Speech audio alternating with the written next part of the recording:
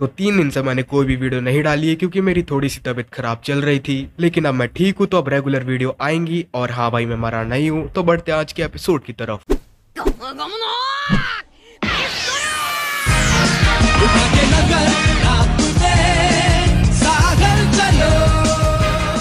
तो वीडियो चालू करने से पहले अल्बास्ता किंगडम के बारे में आपको थोड़ी सी जानकारी दे देता हूँ। अल्बास्ता किंगडम के अंदर पूरे 6 टाउन है, जिनमें सबसे पहले आता है नानोहाना।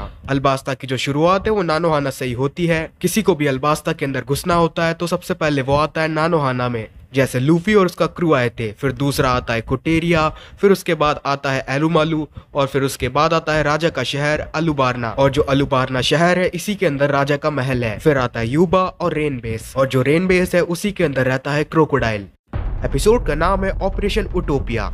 एपिसोड की शुरुआत होती है रेबल आर्मी के बेस से, जहाँ पे जो कोजा है वो बैठा हुआ है और मन ही मन सोच रहा है कि राजा को मारना ठीक होगा। कोजा ये सब बातें अपने मन में सोच रहा होता है। तभी कोजा के पास उसका सिपाही भगते हुए आता है और बोलता है कि पता नहीं जो अल्बास्ता का राजा है वो नानोहाना टाउन में आया है अपने बहुत सारे सिपाहियों को लेकर। कोजा बोलता है कि अल्बास्ता का राजा नानोहाना टाउन में क्या करने आया है, वो भी अपने सैनिकों को लेकर। और ये सुनते सारी रेबल आर्मी और कोजा निकल पड़ते हैं नानोहाना टाउन के लिए। इधर हमें राजा के महल का सीन दिखाया जाता है, जहाँ पे राजा के सिपाही है वो चाका से बोल रहे होते हैं कि पता नहीं राजा कहाँ गायब हो गए, हमने पूरे महल में ढूंढा वो कहीं पे भी नहीं है, शायद किसी ने उनको किडनैप कर लिया है। चाका बोलता है कि ये सब नहीं हो सकता, राजा जरूर इसी महल के अंदर होंगे, तुम लोग अच्छे से ढूंढो उनको। इधर रेनबे सिटी में क्रोकोडाइल के कसीनो का सीन दिखाया जाता है, जहाँ पे जो क्रोकोडाइल है वो हंस रहा होता है राजकुमारी को देखकर। राजकुमारी के दोनों हाथ है वो बंधे हुए होते हैं और राजकुमारी चिल्ला रही होती है कि मैं जानती हूँ कि तुम मेरे पापा को मारना चाहते हो। क्रोकोडाइल बोलता है कि मेरा इरादा ऐसा कुछ भी नहीं है तुम्हारे पापा को मारने का,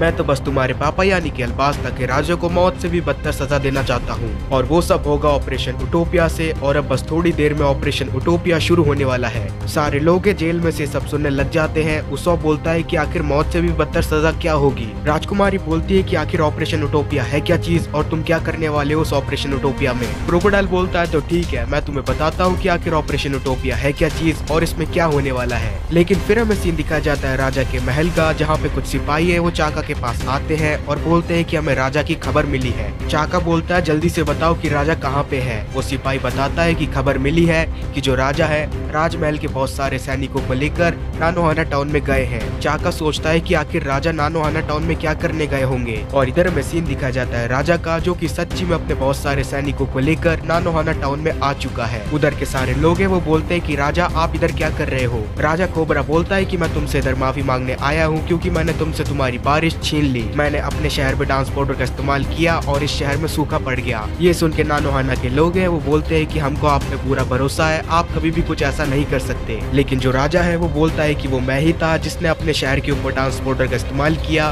और इस नानोहाना शहर में सूखा पड़ गया। नानोहाना के सारे लोग हैं राजा की ये बात सुन के बड़े ही हैरान हो जाते हैं। वो सारे लोग बोलते हैं कि यकीन नहीं होता कि ऐसी घटिया हरकत आप कर सकते हो। ये सुन के राजा के सारे सैनिक है वो बोलते हैं कि राजा से सही से बात करो वरना तुमको यहीं पे उड़ा देंगे। और बंदूक लेके खड़े हो जाते हैं सारे नानोहाना के लोगों के आगे। नानोहाना के लोग उनकी बंदूक देख के काफी डर जाते हैं और राजा से बोलते हैं कि आपने अल्बास्ता तो बर्बाद कर दिया, अब आप इधर क्या करने आए हो। राजा उनकी बात का जवाब देते हुए बोलता है कि 2 साल पहले बहुत सारा डांस पाउडर इसी शहर से मेरे महल तक पहुंचाया गया था और अगर वर्ल्ड गवर्नमेंट को पता लग गया कि मैंने डांस पाउडर का इस्तेमाल किया था जो कि बैन है तो वो मुझे अरेस्ट कर लेंगे। इसलिए मैं इस शहर में आया हूँ सारे सबूत मिटाने के लिए और इस शहर को पूरा जलाने के लिए। और ये सुन के नानोहाना के सारे लोग काफी डर जाते हैं और चिल्लाने लग जाते हैं, बोलते हैं कि ये राजा तो पागल हो गया है, ये अल्बास्ता का ये एक शहर जलाने आया है। इन सब बातों के बीच में एक छोटा सा लड़का है वहाँ पे आ जाता है और ये वही लड़का होता है जो कि कोजा से मिला था। वो राजा को देख के बोलता है तो तुम ही हो राजा जिसने हमसे हमारी बारिश छीन ली, मैं तुम्हें छोड़ूंगा नहीं। वो राजा पे हमला कर देता है और बोलता है कि तुम्हारी वजह से मेरे सारे परिवार वाले हैं वो मर गए बिना पानी के।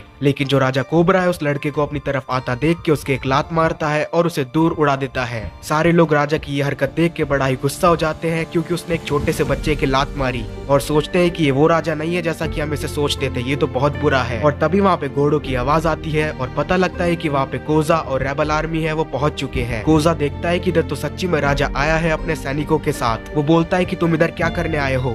राजा बोलता है कि कोजा बहुत दिनों बाद मिले। वो बोलता है कि मैं इधर आया हूँ इस शहर को जलाने के लिए ताकि डांस पाउडर के जितने भी सारे सबूत है वो इधर से गायब हो जाए। कोजा जैसी ये बात सुनता है उसका दिमाग खराब हो जाता है। कोजा बोलता है कि आखिर तुम्हें हो क्या गया है, तुम खुद ही की कंट्री का एक शहर है वो जलाने आए हो। कोजा राजा के ऊपर हमला कर देता है और बोलता है कि मैं तुम्हारे बारे में बिल्कुल सही सोचता था, तुम बहुत बुरे हो। लेकिन राजा के सिपाही है वो कोजा को रोक लेते हैं। कोजा बोलता है कि तुम बहुत बुरे राजा हो, तुमने पहले अल्बास्ता को पूरी तरह से बर्बाद कर दिया और अब रहे बचे लोगों का घर और जितनी भी सारी चीजें हैं उनको छीनने आए हो उनसे। लेकिन तभी कोजा को ऐसा चिल्लाता हुआ देख के जो राजा के सैनिक है वो कोजा के ऊपर अपनी बंदूक चला देते हैं और जो कोजा है अपने सीने में बंदूक खा के नीचे गिर रहा होता है। बाकी रेबल आर्मी के लोग हैं वो सब घोड़े में बैठ के सब देख रहे होते हैं कि उनके लीडर को गोली मार दी है राजा के लोगों ने।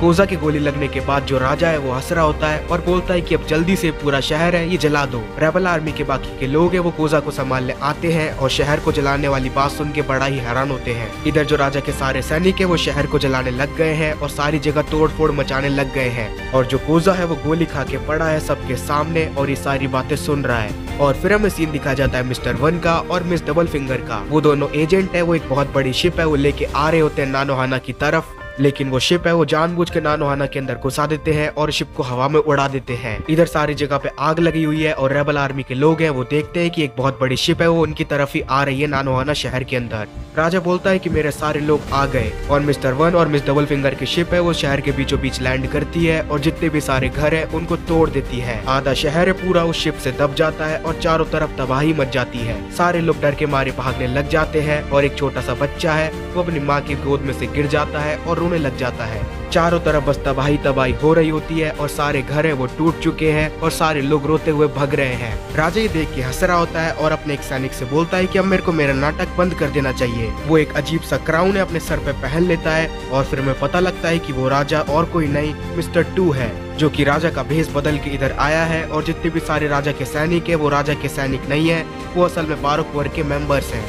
सारे रेबल आर्मी वाले हैं वो कोजा को उठा रहे होते हैं और बोलते हैं क्या तुम ठीक हो। लेकिन तभी वो देखते हैं कि राजा उधर से गायब हो चुका है और राजा के सारे सैनिक है वो उधर से जा चुके हैं। जो मिस्टर टू होता है वो अपना असली रूप बना के भाग रहा होता है अपने सारे बारोक वर्ग के मेंबर्स को लेके और बोलता है कि ऑपरेशन उटोपिया तो बिल्कुल सही चल रहा है। इधर बेचारे नानोहाना के लोग हैं वो बाल्टियों से आग को बुझा रहे होते हैं और अपने घरों को बचा रहे होते हैं और इधर जो मिस्टर टू है वो खुशी मनाता हुआ जा रहा होता है और बोलता है कि ऑपरेशन उटोपिया तो मेरी वजह से एकदम कामयाब होगा। लेकिन वो छोटा सा लड़का है वो गली में खड़ा होकर सब देख रहा होता है कि मिस्टर टू राजा का भेष बदल के इधर आया था और उसने सब कुछ किया है। वो बोलता है कि इसका मतलब इधर असली राजा नहीं आया था, कुछ लोग राजा का भेष बदल के इधर आए थे। वो बोलता है कि मेरे को जल्दी से रेबल आर्मी को ये बात बतानी होगी। लेकिन तभी छोटा बच्चा अपने पीछे देखता है तो उसके पीछे मिस डबल फिंगर और मिस्टर वन है वो खड़े होते हैं। वो बोलते हैं कि बच्चे लगता है तुमने बहुत सारी चीजें देख ली है, तुम्हें ये सारी चीजें नहीं देखनी चाहिए थी। और वो छोटा लड़का है उन दोनों को देख के बड़ा ही डर जाता है और बोलता है कि मेरे को जाने दो। इधर रेबल आर्मी के लोग है वो कोजा को उठा रहे होते हैं और बोलते हैं कि तुम इधर नहीं मर सकते, अभी हमें इस कंट्री को बचाना है उस घटिया राजा से। लेकिन तभी रेबल आर्मी वाले देखते हैं कि एक छोटा सा बच्चा है वो गली में से आ रहा होता है और उसके सर से पूरा खून बह रहा होता है और उसकी हालत बिल्कुल खराब होती है। रेबल आर्मी वाले कोजा को छोड़कर उस छोटे बच्चे को संभालते हैं और वो छोटा बच्चा है वो रो रहा होता है। वो छोटा सा बच्चा अपने मन में सोचता है कि मेरे को इनको सच बताना होगा, लेकिन उसका मुंह नहीं खुल रहा होता क्योंकि उसको बहुत बुरी तरह से पीटा गया है। तभी वहाँ पे कोजा आता है और छोटे बच्चे के सर पे हाथ रखता है और बोलता है कि ये सब उस घटिया राजा की वजह से हो रहा है, चलो जल्दी से उस राजा को और उसके महल को खत्म कर देते हैं। बाकी रेबल आर्मी वाले बोलते हैं कि हमारे पास इतने हथियार नहीं है कि हम लड़ाई कर सके। कोजा बोलता है कि तुम हथियारों की चिंता मत करो, अभी अभी जो शिप इधर लैंड करी है वो एक आर्मरी शिप है, यानी कि उसके अंदर बहुत सारे हथियार होंगे। वो सारे हथियारों को उठाओ और चलते हैं राजा के महल में उसको मारने के लिए। वो डरपोक जरूर अपने महल में भाग गया होगा। और इधर हमें सीन दिखाया जाता है बारोक वर्ग के एजेंट की गाड़ी का और यहाँ पे सारे एजेंट है बारोक वर्ग के वो भी राजा के महल की तरफ ही जा रहे हैं। मिस्टर टू अंदर बैठा बैठा हंस रहा होता है और बोलता है कि मेरी वजह से ऑपरेशन उटोपिया सक्सेस हुआ। मिस डबल फिंगर बोलती है कि तुम बहुत लापरवाह हो, एक छोटे बच्चे ने तुम्हें भेष बदलते हुए देख लिया था। उस छोटे बच्चे को हमारे सारे प्लान के बारे में पता लग गया था, इसलिए हमने उसे मार दिया। इधर जो कोजा है वो रेबल आर्मी के आगे खड़ा है और बोलता है कि ये तुम्हारे लीडर का ऑर्डर है कि तुम जितने भी सारे राजा के सैनिक है और राजा उनको खुलेआम मार सकते हो। और वो बोलता है कि उस राजा ने हमसे हमारा सब कुछ छीन लिया, वो राजा बनने के लायक नहीं है और आज हम उसे मार डालेंगे।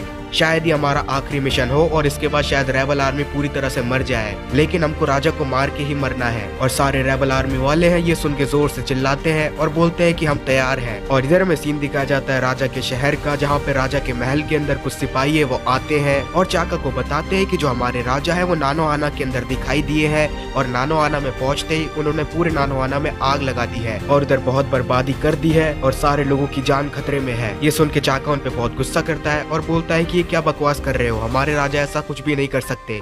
सैनिक बोलते हैं कि हमको तो यही खबर मिली है और खबर तो ये भी आ रही है कि जो रेबल आर्मी है वो इस बात से बहुत गुस्सा है और वो हमारे महल की तरफ ही आ रही है हम लोगों को मारने के लिए और ये पूरा महल बर्बाद करने के लिए।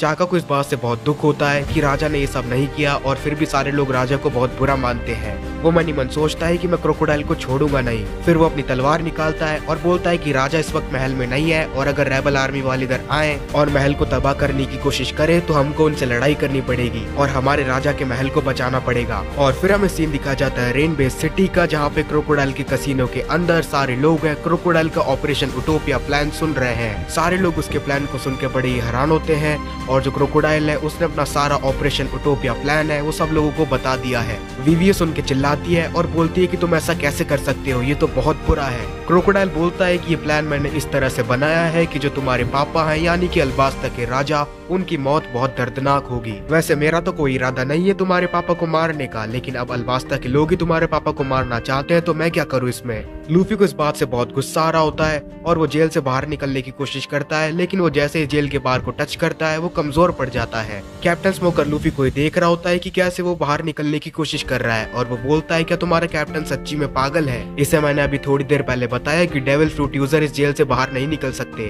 जोरो बोलता है कि भले ही वो पागल हो लेकिन वो हमारा कैप्टन है और मैं इतना तो जानता हूँ कि कोई अगर इस क्रोकोडाइल को हराएगा तो वो हमारा कैप्टन लूफी ही है। तभी जो राजकुमारी वीवी है वो अपनी कुर्सी गिरा लेती है और उधर से भागने की कोशिश करती है। जो वीवी है वो जमीन पे गिर जाती है और बोलती है कि अभी भी मेरे पास टाइम है, अगर मैं रेबल आर्मी के पास चली जाऊँ और इनको रोक के सारा सच बता दूं तो मैं अभी भी ये सब कुछ रोक सकती हूँ।